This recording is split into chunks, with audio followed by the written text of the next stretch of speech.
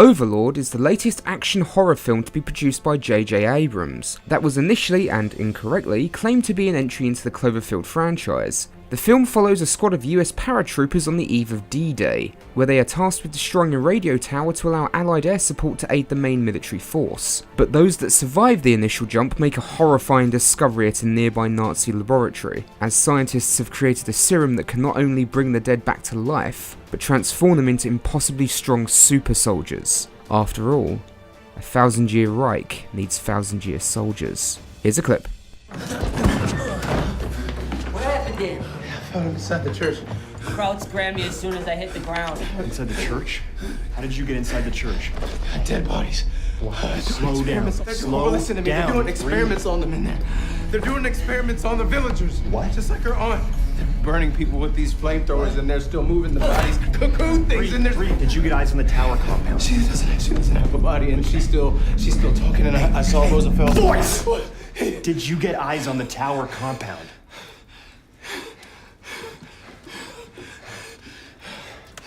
The tower base, is below the ground. But there's more than that down there. Okay. Look. Okay.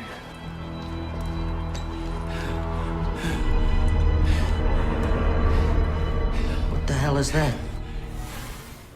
Javan Adepo does a fine job in the role of our protagonist, Private Boyce.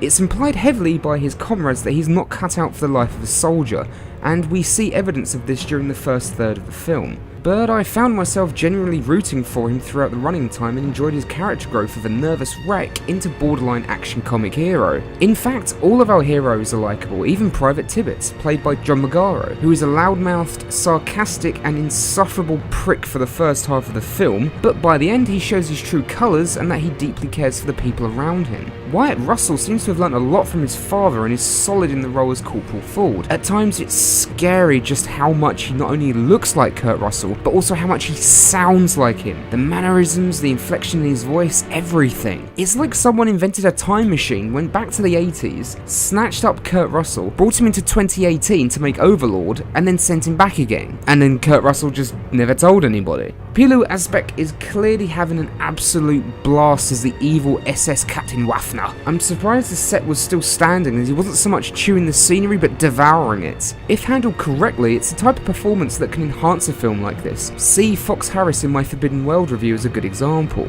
After he injects himself with multiple untested strains of the serum, Waffner turns full-blown undead supervillain, and the makeup design for this is wonderfully gruesome, which perfectly complements his intimidating performance.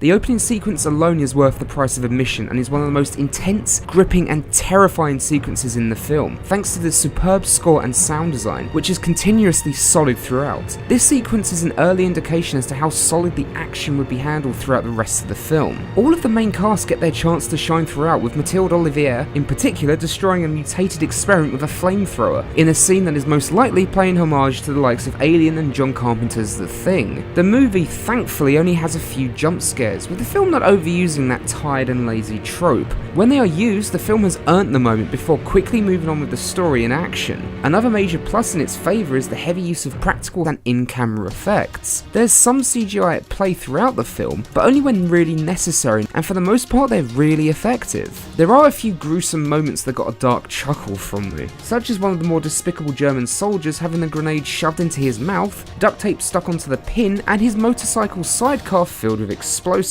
I'll say no more other than the fact that I laughed out loud in the cinema and was one of the very few. I'm a terrible person. I'd almost liken Overlord to perhaps From Dusk Till Dawn, and what I mean by this is that From Dusk Till Dawn is a film of two parts, or to put it better, two genres. The first is a gritty crime thriller and the second is a schlocky vampire gore fest. Overlord is similar in the sense that the first part of the movie is an intense and gripping World War II adventure, with the second half going full on B-movie Nazi horror. Obvious jokes will be made towards it being a Castle Wolfenstein adaptation, but with the way the finale plays out, I'd say it's closer to a Resident Evil film set during World War II. Director Julius Avery shows us just enough of the laboratory that's creating the super soldier serum, but there's never that scene where an antagonist gives us an explanation as to what the original substance was, where it came from, and so on, which is another strength as it leaves the viewer wanting to see more of the lab and the serum's origins. I would highly recommend this to anyone craving a fun B-movie like romp packed with equal parts horror and equal parts action. The cast do an excellent job, and Avery clearly understands how to frame action set pieces. I had an absolute blast watching Overlord and was hooked from the first few minutes. Overlord gets 8.5 exploding Nazi heads out of 10. What's behind that wall? What do you do with those people?